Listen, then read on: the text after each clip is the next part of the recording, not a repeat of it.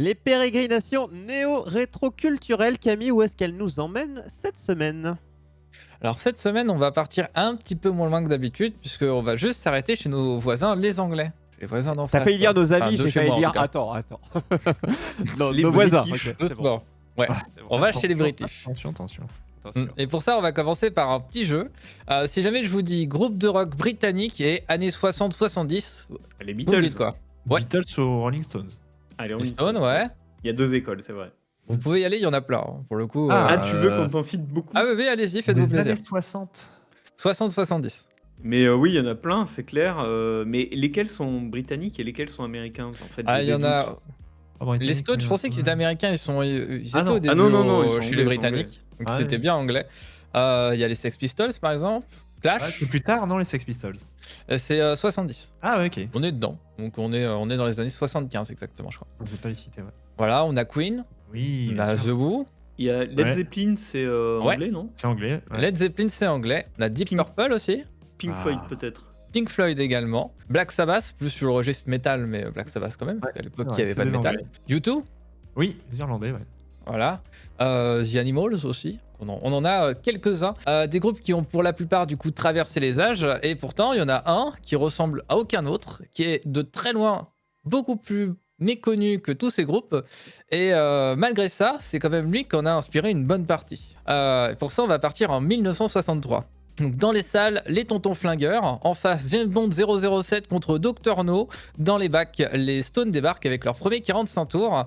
Mais ceux que l'Angleterre attend, eh ben, c'est les Beatles. En France, Eddie Mitchell retire pour de bon ses chaussettes noires. Comme le dit Sheila, l'école est finie. Allez. Grande époque. Le noir rajeunit pas. Ah oui, non, je vais pas vous faire rajeunir aujourd'hui. Ça ne refait pas va être pousser nos compliqué cheveux. encore. Hein. Non. Ouais, c'est vrai, bah, c'est ça, exactement.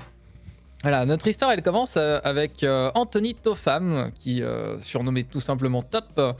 C'est un jeune guitariste en herbe qui est tout juste étudiant et qui va emmener son ami qui s'appelle Keith Ralph, qui est débutant à l'harmonica et au chant, visiter le Railway Hotel. Donc le Railway Hotel, c'est un établissement qui diffuse du jazz et qui laisse les débutants jouer pendant les vacances.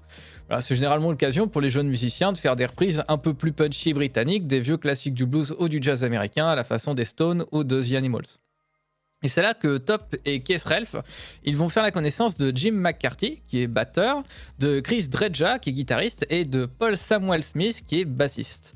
L'émulsion, elle est assez rapide. Les 5 jeunes, ils vont très vite commencer à faire des reprises rock de classic blues, et du coup, que demander de plus finalement? C'est qu'il leur faut un nom. Voilà, pour qu'ils puissent jouer. Et ça va être Keith Ralph qui va trouver, et il va pour ça s'inspirer du surnom d'un immense jazzman qui s'appelle Charlie Parker, ceux qui connaissent, Oui. qui est Yardbird, l'oiseau de cour. Voilà. Un nom qui... ils ont un nom, 2 semaines de répète, et ça y est, paf, premier concert. Ils ont pas le temps, les gars. Hein. Ah, c'était bien Ouais. ces données-là quand même. Ouais, ils cool. font très vite. Voilà, donc 2 semaines après, les Yardbirds, ils vont jouer dans le Crow Daddy Club à Richmond. Le groupe, il est très bon, et du coup, le tenancier, qui s'appelle Giorgio Gomelski, il va leur proposer de jouer quand ils veulent au club. Voilà, c'est leur cassa à eux maintenant, c'est chez eux, et de devenir leur manager. Ça fait 2 semaines. Ah, vache. Voilà.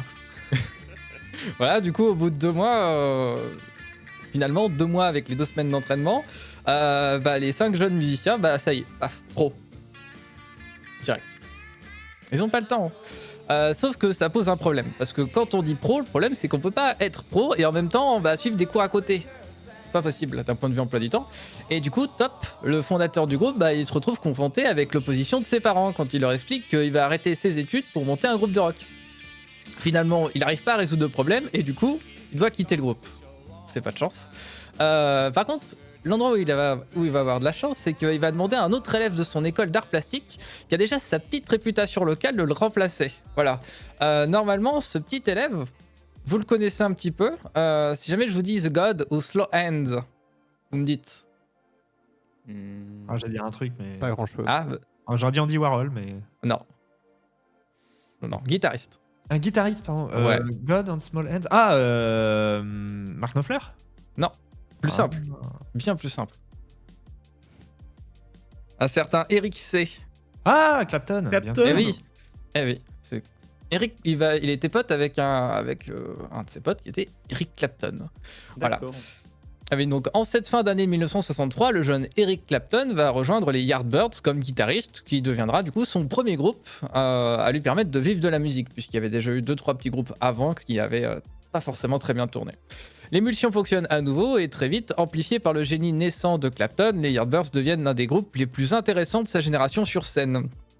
C'est d'ailleurs l'assistant de Gomelski, qui s'appelle Hamish Grimes, qui trouvera le slogan « Les Yardbirds, the phénomène blues du moment » et le surnom de Clapton « Slow Hands » en référence au claquement de main du public à chaque fois qu'il doit changer une corde pendant le concert. Voilà. D'accord. Donc ça vient de là. Bref, la scène ça fonctionne très bien et le groupe sort l'album Five Live Yardbirds en 1964 qui deviendra immédiatement un succès, même s'ils font toujours que des reprises de titres de jazzmen américains. Donc finalement, en 65, le groupe va signer son premier album composé qui s'appelle For Your Love. C'est un excellent succès commercial, le groupe s'arrache de ses inspirations blues pour prendre un virage pop, mais la décision artistique, elle plaît pas du tout à Eric Clapton qui décide très très vite de quitter le groupe pour retourner vers ses racines, vers sa véritable passion, le blues, quoi. Donc après avoir perdu Top, les Yardbirds doivent de nouveau faire avec le départ de Eric Clapton, et par chance Clapton il a des amis et c'est pour ça qu'il va appeler un de ses potes qui s'appelle James Patrick P, qui est déjà un guitariste réputé, mais James lui ça le branche pas. Du coup lui il va appeler à nouveau un de ses copains qui s'appelle Jeffrey Arnold B, que lui ça pourrait intéresser. Et c'est le moment où ça va être à nouveau à vous de jouer. À votre avis, quel est le nom de scène de ce fameux Jeffrey Arnold B, déjà guitariste et ami avec les meilleurs guitaristes d'Angleterre? Qu'on connaît. Jeffrey. Alors, on en a déjà parlé ici en tout cas. Enfin, moi j'en ai parlé. Non, je vois pas. Mhm. Alors, ça, c'est son vrai nom pour le coup. Jeffrey Arnold B.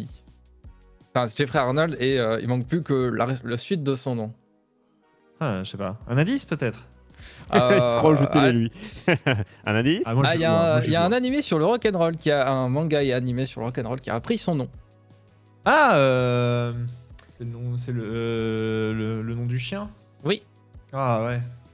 Du chien. Mais j'ai Oui. les animés en plus, j'ai les DVD. Ah. J'ai les DVD, j'ai les cassettes à la Il a, maison. il a donné son nom au chien parce que c'est Ouais. une jolie référence. Ah vas-y, je l'ai sur le bout de la langue. Tu vas le C'est dire. Jeff Beck, ce monsieur, Ah qui ouais. est décédé malheureusement d'ailleurs il y a un peu plus d'un an. Et du coup, c'est au tour de Jeff Beck, déjà guitariste émérite, d'entrer dans le groupe. Obsédé par l'innovation sonore et les nouvelles technologies, le jeune Jeff Beck repousse petit à petit les limites de la guitare. Et c'est pas pour rien qu'on dit qu'il existe deux types de guitaristes dans ce monde, Jeff Beck et les autres.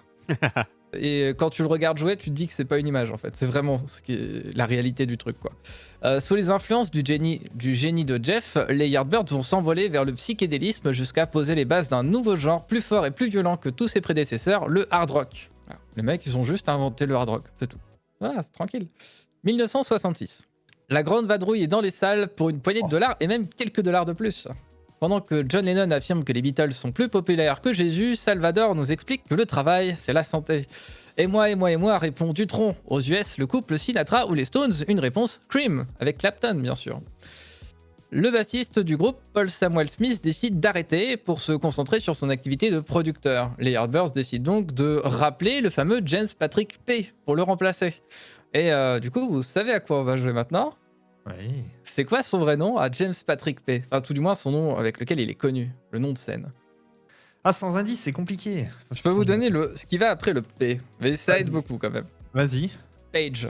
Ah, Jimmy Page. Ouais, Donc, bah ouais, donc là on est parti sur Led Zeppelin. c'est ça. Donc, il va appeler du coup celui qui avait appelé à l'origine Clapton, donc Jimmy Page, qui va accepter de devenir le bassiste du groupe, le temps que Chris Dreja, qui était guitariste rythmique, se sente suffisamment à l'aise avec la basse. Et c'est comme ça que le groupe va faire le tour des plus grandes scènes de l'époque en Europe et aux États-Unis, avec Jimmy Page à la basse et Jeff Beck à la guitare. Ah ouais, Mais la Jeff classe, Beck quand même. supporte. Ouais, La ça va. classe. La C'est classe, quand même quoi. un peu la classe. Le groupe, il a 4 ans, il a déjà enchaîné Eric Clapton, Jeff Beck et Jimmy Page. Ouais. Ça va? Sympa. C'est pas dégueu. Jeff Beck supporte très très mal la pression et finit hospitalisé sur la fin de la tournée, si bien que c'est Jimmy qui va le remplacer à la guitare et laisser la basse à Chris Dreja. Excuse-moi, je crois que t'as dit pression alors que tu voulais dire drogue. Pardon.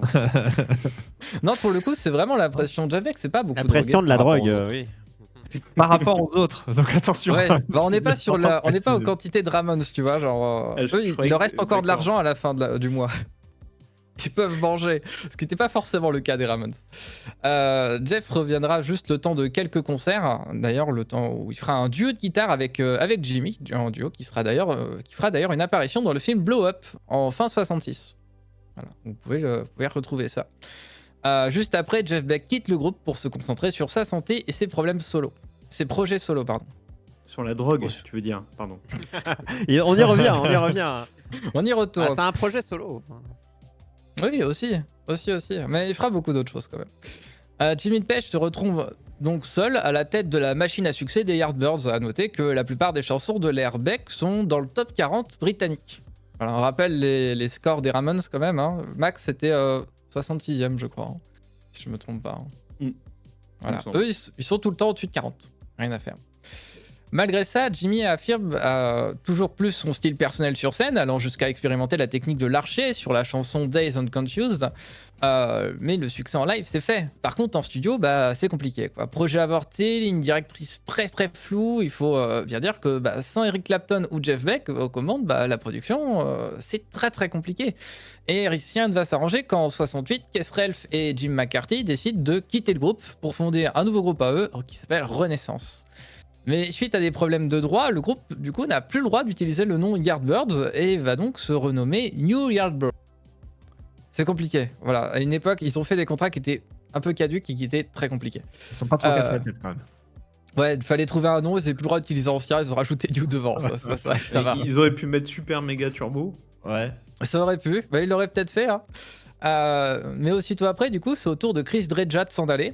Et celui-ci va d'ailleurs décider de devenir photographe. C'est bien aussi, ça change de carrière, mais on reparlera de lui. Le groupe est bien mince, mais le carnet de commandes, il est plein et hors de question d'annuler. Du coup, Jimmy va s'empresser de faire le tour de ses contacts et il va recruter un bassiste qui s'appelle John Paul Jones, qui est multi-instrumentaliste star dans le métier. En gros, dans les années 60, vous cherchez un mec qui est capable de jouer d'à peu près tout ce qui a des cordes, vous appelez ce mec-là. Ouais, ça va. Ça va. Il est un peu giga connu. Robert Plant, qui est chanteur de seconde zone à qui il manque plus qu'un bon groupe finalement. Voilà. Et John Bonham, qui est un batteur du petit groupe Band of Joy. Hein. Ouais. Voilà. Ouais. Beaucoup de paix à leur âme d'ailleurs là-dedans. Ouais. Pour l'anecdote, sachez qu'en 1968, Jimmy Page et John Paul Jones avaient déjà travaillé ensemble à l'enregistrement avec un certain Michel Polnareff pour La poupée qui fait non. Ah, Ouais. Mais ouais, qu'il ouais. avait enregistré en Angleterre, c'est pour ça? Non? Je sais plus où il l'avait enregistré, mais c'est-à-dire que dans La poupée qui fait non, les deux mecs qui jouent, c'est Jimmy Page et John Paul Jones. D'accord. C'est marrant. On s'y attend pas comme ça, je m'y attendais pas non plus. Hein. Du tout. C'est ainsi que les New Yardbirds auront effectué une dernière tournée en Scandinavie avant de s'éteindre et de renaître finalement sous le nom de Led Zeppelin. Voilà, un nom qui aujourd'hui signifie beaucoup, qui est ni plus ni moins pour que le plus grand groupe de rock de l'histoire pour beaucoup de gens finalement. D'ailleurs, c'est Dreja, l'ancien guitariste des Yardbirds, qui va prendre la photo qui est au verso du premier album du groupe.